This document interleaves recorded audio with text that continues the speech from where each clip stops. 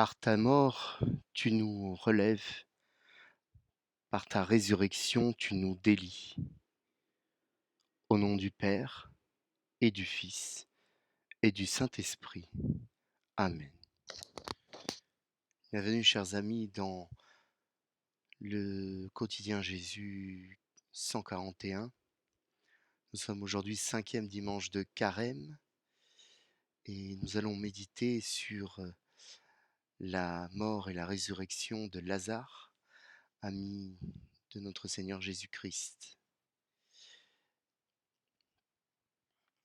Aujourd'hui, nous prions encore et toujours pour la France et les violences qui la meurtrissent.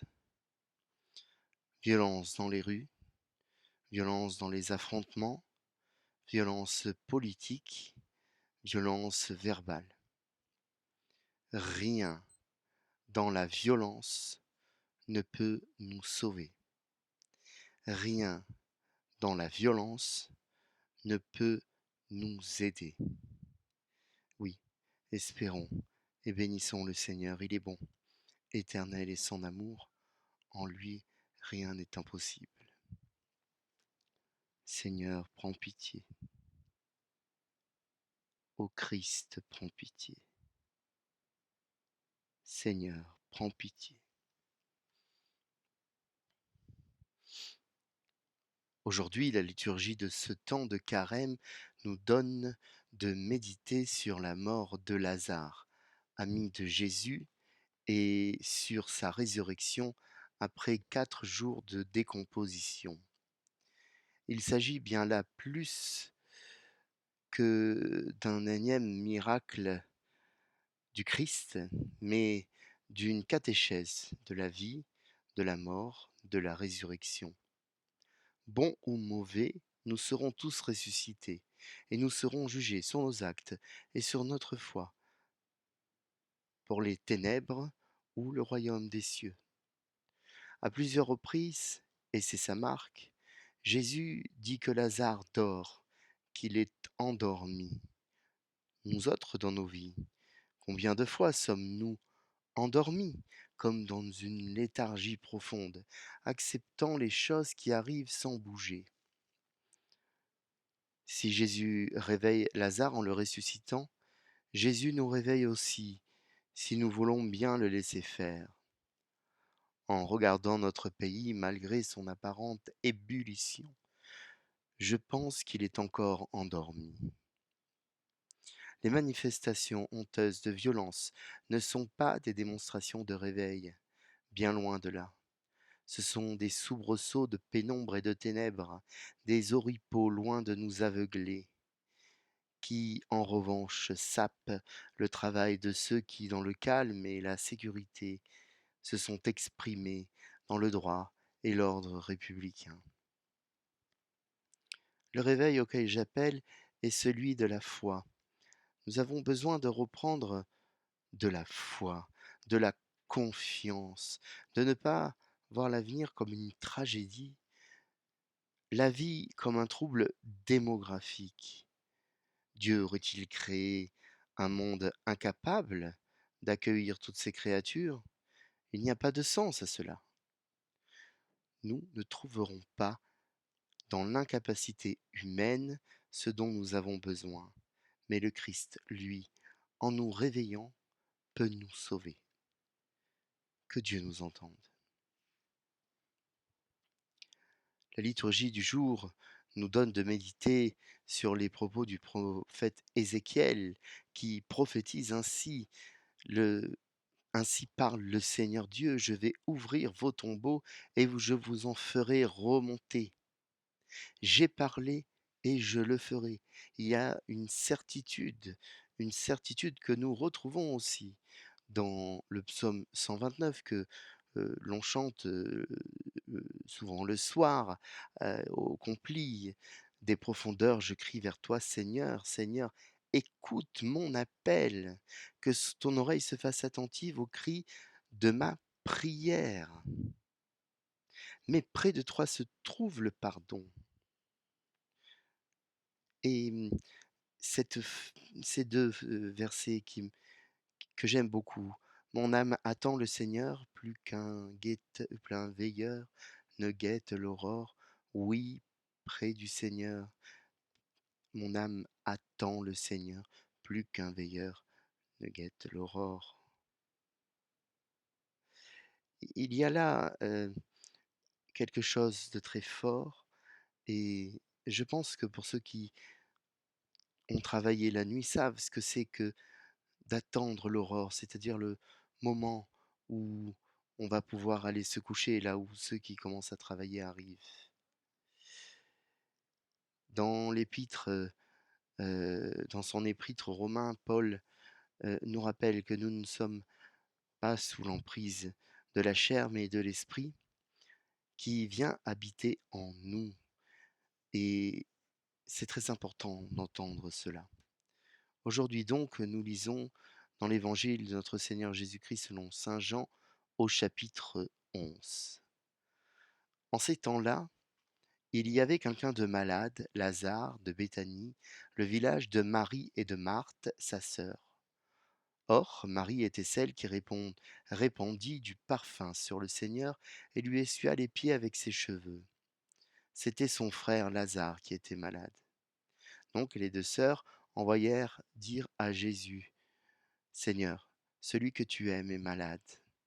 En apprenant cela, Jésus dit, cette maladie ne conduit pas à la mort, elle est pour la gloire de Dieu, afin que par elle le Fils de Dieu soit glorifié. Jésus aimait Marthe et sa sœur, ainsi que Lazare. Quand il apprit que celui-ci était malade, il demeura 2 jours encore à l'endroit où il se trouvait, puis après cela il dit aux disciples, revenons en Judée. Les disciples lui dirent, Rabbi, tout récemment les Juifs là-bas cherchaient à te lapider, et tu y retournes. Jésus répondit, n'y a-t-il pas 12 heures dans une journée? Celui qui marche pendant le jour ne trébuche pas, parce qu'il voit la lumière de ce monde. Mais celui qui marche pendant la nuit trébuche, parce que la lumière n'est pas en lui. Après ces paroles, il ajouta, Lazare, notre ami s'est endormi, mais je vais aller le tirer de ce sommeil. Les disciples lui dirent alors, Seigneur, il s'est endormi. S'il s'est endormi, il sera sauvé. Jésus avait parlé de la mort, eux pensaient qu'il parlait du repos du sommeil. Alors il leur dit ouvertement, Lazare est mort, et je me réjouis de ne pas avoir été là, à cause de vous, pour que vous croyiez. Mais allons auprès de lui. Thomas, appelé Didyme, c'est-à-dire jumeau, dit aux autres disciples, allons-y nous aussi, pour mourir avec lui. À son arrivée, Jésus trouva Lazare au tombeau, depuis 4 jours déjà.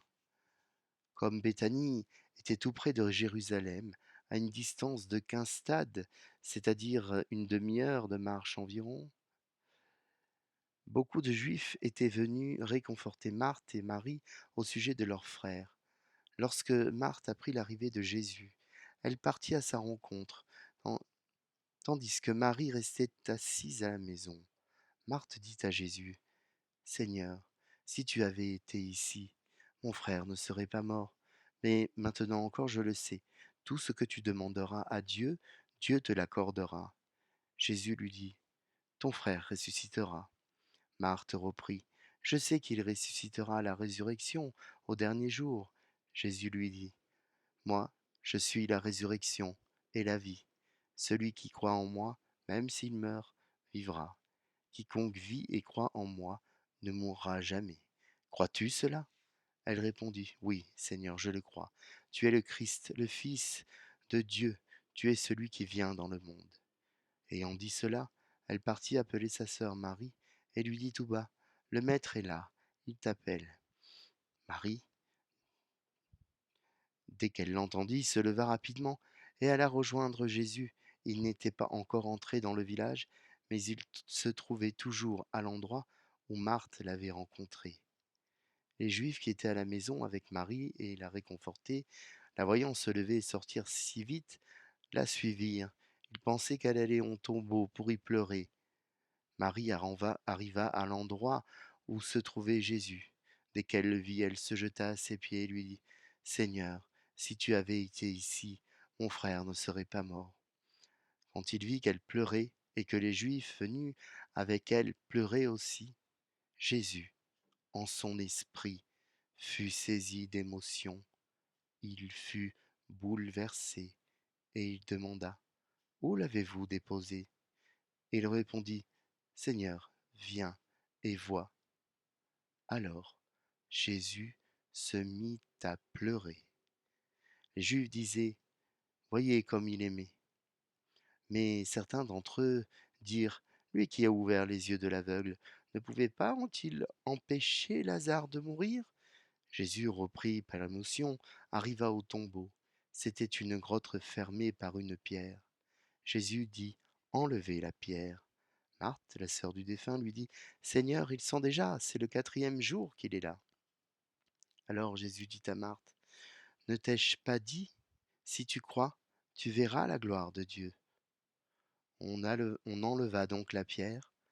Alors Jésus leva les yeux au ciel et dit: Père, je te rends grâce parce que tu m'as exaucé.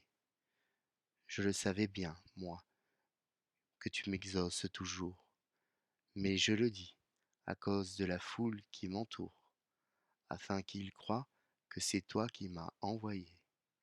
Après cela, il cria d'une voix forte: Lazare, viens dehors. Et le mort sortit, les pieds et les mains liés par des bandelettes, le visage enveloppé d'un suaire.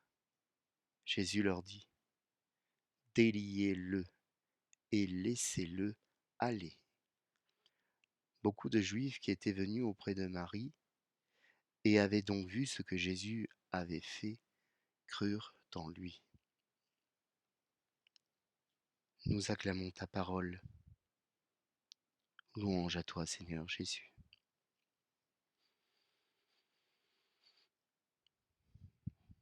Seigneur, il sent déjà. C'est le 4e jour qu'il est là. Phrase terrible. La mort de Lazare est pour toi, Seigneur, un vrai drame. Marthe et Marie et leur frère Lazare sont tes amis. Ils sont tes amis au sens humain du terme. Ils sont les amis de Jésus homme, car si tu es pleinement Dieu, tu es aussi pleinement homme. Néanmoins, la mort de Lazare est aussi un événement pastoral, car cette mort, nous le savons, sera le lieu d'une résurrection et donc la marque de la gloire de Dieu. Lorsqu'on te prévient: Lazare est malade, mais tu ne te déplaces pas.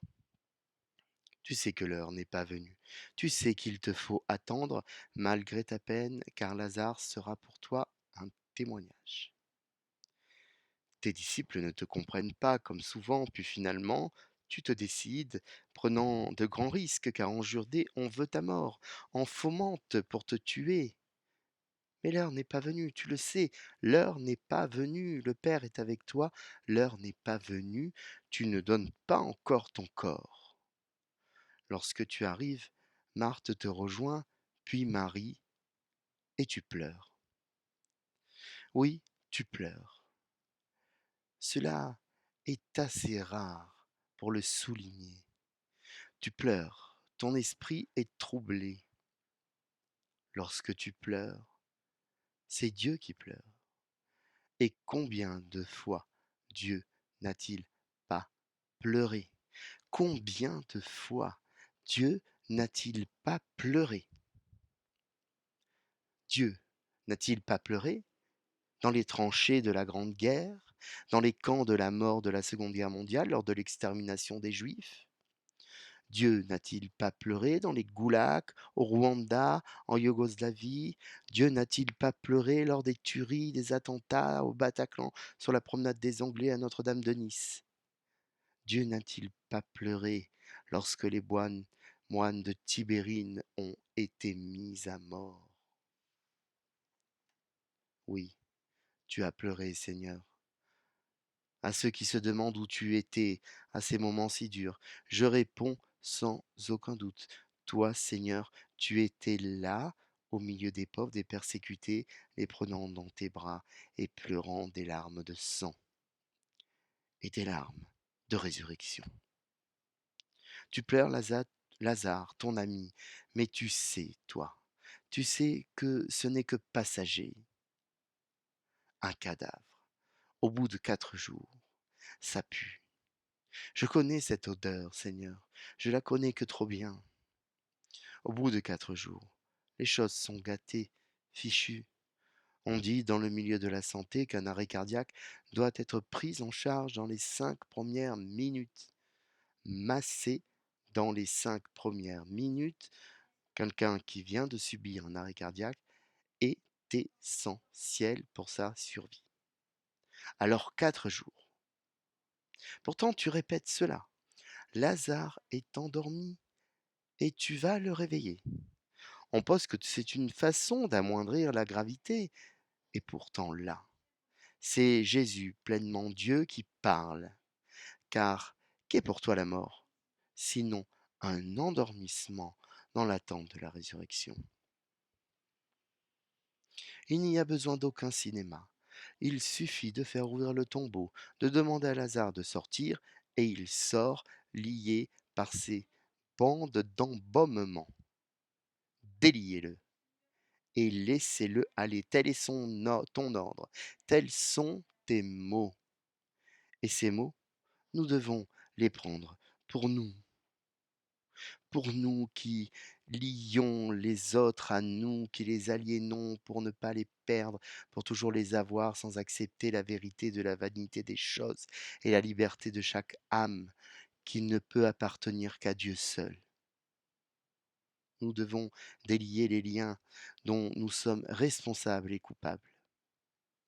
Pour nous qui sommes liés à nos péchés, à nos peurs, à nos angoisses, à nos plaisirs, à nos dépenses, à nos pouvoirs, à ce que nous possédons ou pensons posséder, à ceux qui nous commandent et que nous laissons faire sans sourciller. Nous devons délier les liens dont nous sommes les victimes. Je me suis souvent demandé ce qu'était devenu Lazare après sa résurrection, ce qu'il avait pu vivre pendant ces 4 jours dans le séjour des morts. Lazare sort-il indemne de la mort? Sans doute pas. Sans doute en garde-t-il des stigmates. Mais le texte ne le dit pas, parce que là n'est pas l'important. Ce qui compte, c'est que ton ami qui était malade est guéri. C'est que ton ami qui était mort est vivant. Il est revenu à la vie, dans la gloire de Dieu le Père et l'unité du Saint-Esprit. Et Lazare, par sa mort et sa résurrection, devient le témoin de ta divinité, de ta force, de ta gloire et de ce que toi tu vas vivre. Oui, tel est le bon sens. Par la mort, tu nous relèves. Par ta résurrection, tu nous délies. Qu'il en soit ainsi.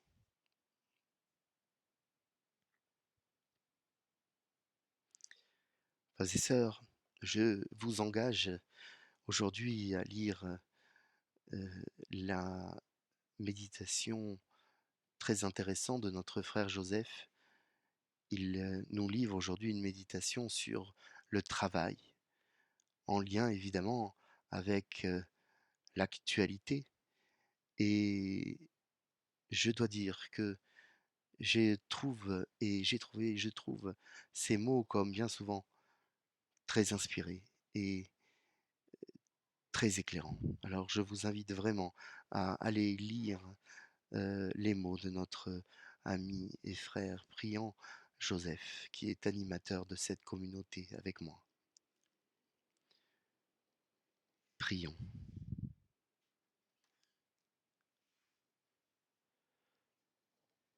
Que ta grâce nous obtienne, Seigneur, d'imiter avec joie la charité du Christ, qui a donné sa vie par amour pour le monde, lui qui règne pour les siècles des siècles. Amen. Gloire au Père, au Fils, au Saint-Esprit, comme il était au commencement, maintenant et toujours et dans les siècles des siècles. Amen. Ô mon Jésus, pardonne-nous nos péchés, préserve-nous du feu de l'enfer, et conduis au ciel toutes les âmes, surtout celles qui ont le plus besoin de ta divine miséricorde. Je vous souhaite, chers frères et sœurs, à tous un bon dimanche, dans la paix, je l'espère, dans la sécurité, je l'espère aussi. Et je vous demande avec moi de demander au Seigneur notre Dieu de nous envoyer sa bénédiction, lui qui est Père, Fils et Saint-Esprit. Amen. Bonne journée et à demain.